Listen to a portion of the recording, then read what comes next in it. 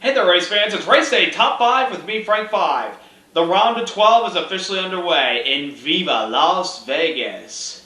The place where you can cash in, crap out, you can hit the jackpot, all those types of things in Las Vegas. But this time, it's about putting all your chips on the table to try to win and lock yourself into the next round. And a lot of playoff drivers succeeded.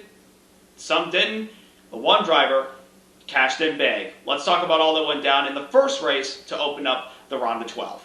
Number 1, Denny Hamlin captures his second win of the 2021 NASCAR Cup Series season, winning the South Point 400 at Las Vegas Motor Speedway as he captured it over Chase Elliott, Kyle Busch, Martin Truex Jr., and Ryan Blaney. Denny Hamlin has once again been very solid this season, but he hadn't been able to break through in victory lane during the regular season. Then the playoffs came around at Darlington, had a fast car the entire night, and was able to hold off an incredibly challenging attack from Kyle Larson at the very end, where Larson tried to sail it in there in the last lap like a video game, but Hamlin was able to hold him off to win the Cookout Southern 500 and get his first win of the season.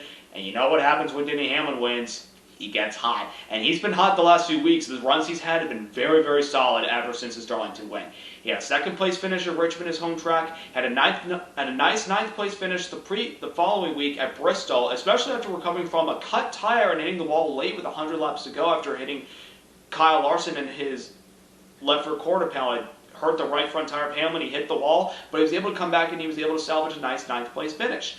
And yesterday he was able to put together another solid performance for his number 11 FedEx team. He led the most laps, he won stage 2, and it seemed like he was in a couple battles for most of the race with his teammates, Kyle Larson, and even Tyler Reddick, who got eliminated from the playoffs after last weekend. They gave Hamlin a run for his money, but in the end the 11 car had the better car, better pit stops, and had the track position that they needed to keep themselves ahead of the competition. He did face a little bit of a challenge late from Chase Elliott, who was running him down after staying within a second and a half to 2 seconds those final couple laps. Elliott was able to reel in the 11 car when he was starting to hit the heavy lap traffic. And we all know sometimes when you hit lap traffic, especially with this aero package, it could slow you down. And the other guy behind, if he's catching lap traffic at the right time when you aren't, you could be in a position, you could be vulnerable to get you're vulnerable to a challenge from the guy behind you. However, Hamlin was able to hold off the 9 team, and he was able to get his second win of the season. He hit the jackpot, and he's locked into the round of 8. Doesn't have to worry about Talladega or the Roval whatsoever. And that's a good feeling if you're the 11 team. You don't have to worry about the next 2 races, which are massive wild card races. So, and we've been talking about lately, is Denny Hamlin now the championship favorite now that he's starting to win these races? I wouldn't necessarily, he's the main favorite. I still think it's Kyle Larson. However, with Hamlin getting these wins and getting these bonus points and having momentum on his side at the right time, he could turn this into a Tony Stewart 2011 championship run where he doesn't win in the regular season, but when the playoffs came, he starts winning, and he is very, very consistent. He could do exactly what Tony Stewart did in 2011 and go winless in the regular season, but then win a lot of races in the playoffs and try to go win the championship. So it's possible, and I still think Hamlin, honestly, after this win, I think we can pretty much confirm that Denny Hamlin will make the championship 4. But he probably would like to go get another win to put himself in a much better position when the round of 8 starts, so he has plenty of bonus points to propel himself into the championship 4. So we'll see what happens, but the 11 team, certainly, they're on their A game right now. Number 2, Hendrick Motorsports. Hit and miss. Kind of a weird day for Hendrick Motorsports in the Vegas desert yesterday. They had very good speed out of all the race cars. Some of the guys did well. Some, unfortunately, ran into bad luck. So I'll break it down for you. Kyle Larson was the best Hendrick car in the early stages of the race. He won stage 1. He seemed like he had a car capable of competing with those Joe Gibbs Toyotas and Hamlin and Kyle Busch and Martin Truex Jr. Chase Elliott was running around the top 10 for the most part. William Byron had to start at the rear of the field because he failed pre-race inspection twice. And when you do that, you have to start the tail end of the longest line. At least it didn't fail 3 times, or else it would have been a pass-through after the green flag, and that would have been completely bad for the 2014. But they were a rocket ship. They were flying through the field, and they got up to the top 10, I think before the competition caution. That's an impressive drive by the 2014. Alex Bowman stayed around the top 15 for the most part in stage 1. He didn't get any stage points, but he definitely had some speed to at least compete with the rest of the drivers around him, which were mostly playoff guys. Then stage 2 came around, and then after an early caution for a very violent crash for Joey Gase, who had to be transported to a local hospital, and he's doing well for the most part. Is going to get further evaluations at Charlotte Hospital, but I believe he'll be okay. The Hendrick Motorsports cars all took a gamble to stay out, while everybody else came to pit road. Now, a couple other guys stayed out too, like Ryan Blaney, Matt Benedetto, Eric Jones. Everybody else behind those guys came to pit road knowing that they could make it the rest of the way on fuel and tires. The fuel window was 60 to 74 laps. The Hendrick cars all took a gamble and stayed out, and they definitely had the speed up there, but then as the run began to continue on with no cautions at all, the Hendrick cars were put in a precarious position. They had to all come to pit road. Chase Elliott was able to benefit from those pit stops. He went a lap down, but he drove through the field with a fast race car with those fresh tires, and he was able to drive by the leader, Denny Hamlin, with about 5 laps left in the second stage, and he was able to stay on the lead lap and not have to get the lucky dog. William Byron was able to pass Ross Chastain on the last few laps of that stage, and when the stage ended, Byron got the free pass. Larson took the wave around, and so did Alex Bowman. All those guys were able to get back on the lead lap, and they started to work their way through the field. The 9 to 24 definitely were moving up there and definitely had the speed in their cars. Kyle Larson and Alex Bowman, they were stuck back there in the top 15. I guess that's what happens when you have fast race cars and you're back in all that dirty traffic. It can really affect the handling on your race car.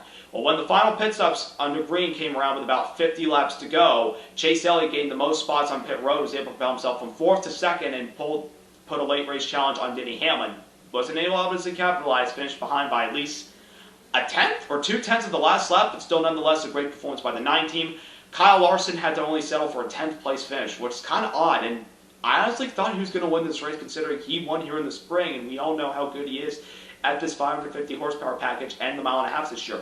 William Byron looked to be in position to get a top 5, but with a couple laps to go, after he made that green flag pit stop, he had to pit again for a flat tire. That's just bad luck right there. And then Alex Bowman, he had to pit again because they didn't get the lug nuts tight on on the right side wheel, and he affected his race. Byron settled for 18th, Bowman finished 22nd, and right now both of those guys are below the cutoff line. Byron's below by 4 points. That can easily be made up, although next week's Talladega, we don't know what's going to happen there. Bowman's 13 points down, but that also could be made up. And the next few races, Talladega really hasn't been his bad track, but he's really good at the Roval. He's a good road course racer. So don't count the possibility that the Hendrick cars, Kyle Larson, with the 50-plus point cushion he has over the cutoff line, there's no doubt he's going to advance. He probably will clinch after next weekend's race. Chase Elliott, 22 points above. That's pretty comfortable. He's run well the super speedways this year. 2 out of the 3 races he's finished inside the top 10, but both of them were Daytona. He finished 24th in the spring race at Dega. But he was very good here in this race last year. He finished in the top 5 after he got a spot back after NASCAR decided that he got forced below the WL line late in the race. Byron finished 2nd in the spring, so there's a possibility he could run up front. Bowman, I'm a little worried about him. But could Hendrick Motorsports still have all their drivers in the round of 8? It's still a possibility. You can never discount anything, especially in this sport.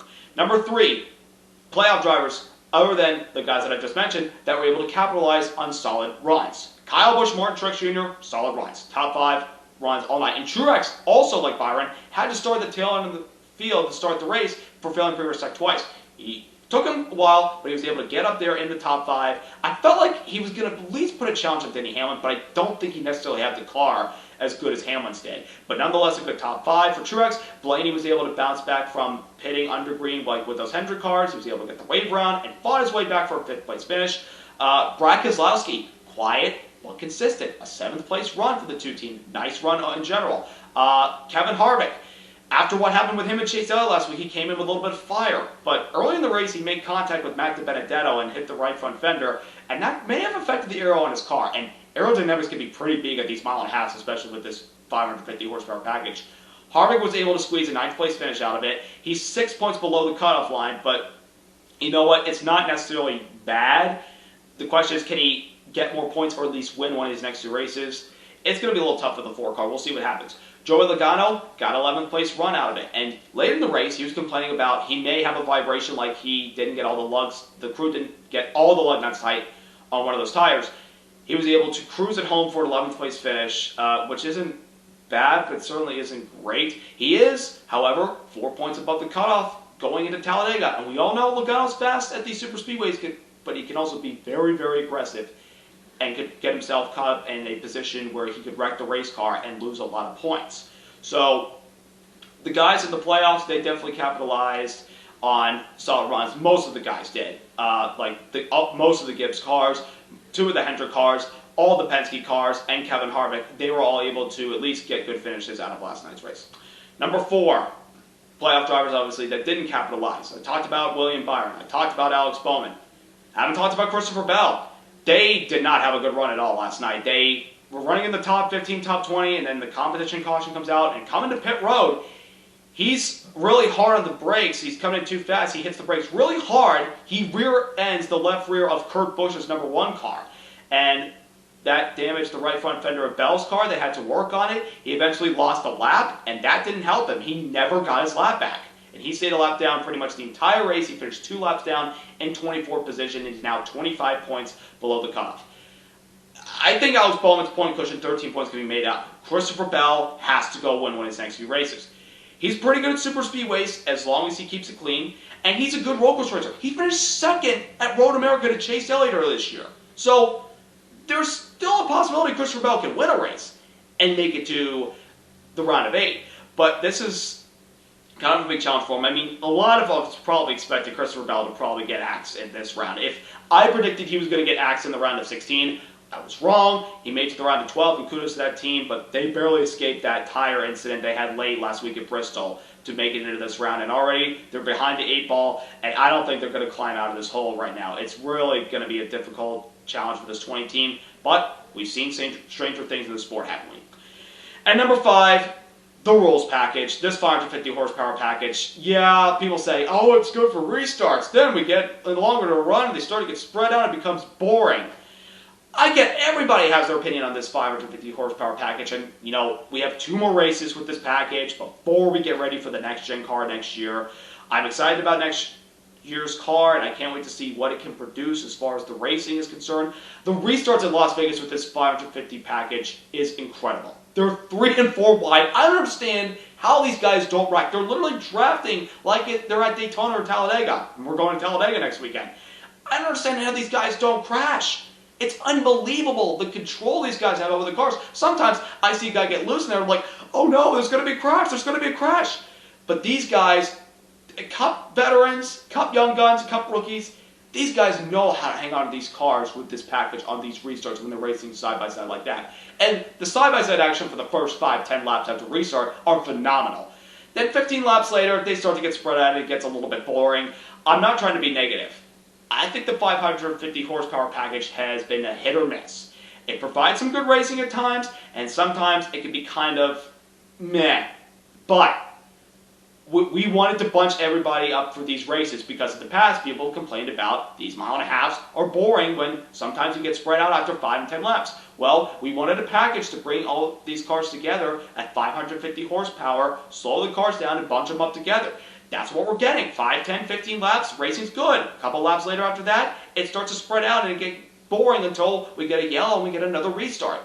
I get everybody is kind of, people are this is a polarizing discussion, and it's a polarizing topic about whether or not the 550 package works or doesn't work. Everybody's entitled to their own opinion. I'm entitled to my opinion. But it is what it is. We have what we have until the next gen car comes out next year. Will the next gen car be similar to this racing, or will it make it better at these tracks? We won't know until we go to a track, say like in Atlanta, although Atlanta, you know, the chews up the tires. However, we're repaving the track, and people are saying it could race like a super speedway, bunch up together like Las Vegas. Vegas will be an interesting challenge.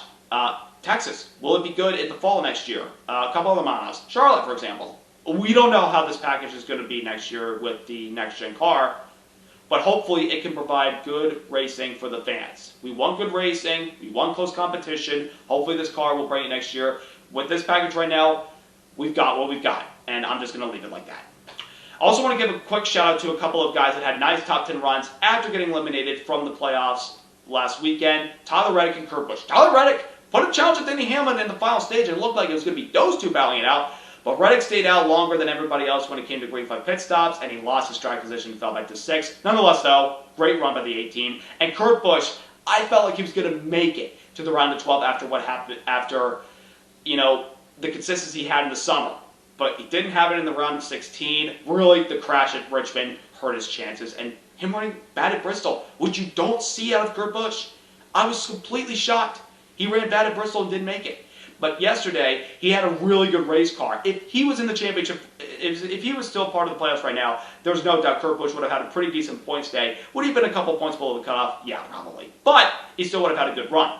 Matty D had a good run. He finished 12th. Austin Dillon got 13th. Chase Briscoe 14th. Daniel Suarez 15th. A couple of guys not in the playoffs or getting eliminated from the playoffs had pretty good runs yesterday. Nice top 15s, top 20s. So those guys needed those runs after what happened to him last week at Bristol. So good run by all those guys. So one race in the round of 12 is officially in the books. And now we're off to Talladega, the ultimate wild card, the ultimate headache for all these other 11 guys. Well, really 10 guys. I'm excluding Larson with the points gap he has. These 10 drivers are going to be, they're not going to be able to sleep this week, knowing Talladega's ahead. Anything's possible. 3-wide action, 4-wide action, over 195 miles per hour, bunched together with the possibility that if one car makes a mistake, or 2 cars, could trigger the big one. It's possible we're going to see not 1, 2, hell, we could see 3 big ones this upcoming weekend in Talladega. I don't know what to expect, but I think it's going to be another solid race. We saw a good race with the kind of changes in the package we saw from Daytona a couple weeks ago, and the racing was really good. I have no doubt the racing in Talladega is going to be fun. It's going to be crazy. All I know is every fan's going to be clenching their heart really close and just like knowing how tight this race is going to be. I mean, the beats per minute in your heart are going to be going boop, boop, boop, boop, boop, boop, boop, boop, boop, boop, boop, boop, boop. It's going to be a wild race, and I cannot wait to see what happens at Talladega. What will happen? Will playoff driver capitalize? Which playoff drivers are going to be in a hole if they get caught up in one of these wrecks or don't get the finish they deserve? We're all going to find out next weekend. So subscribe, like. Congratulations to Denny Hamlin on his 2nd win of the season and locking himself into the round of 8. Have a great week, everybody, and I hope you're all ready for the track that is big, bad, fast, and there'll be a lot of shake and bake. That just happened. Bye.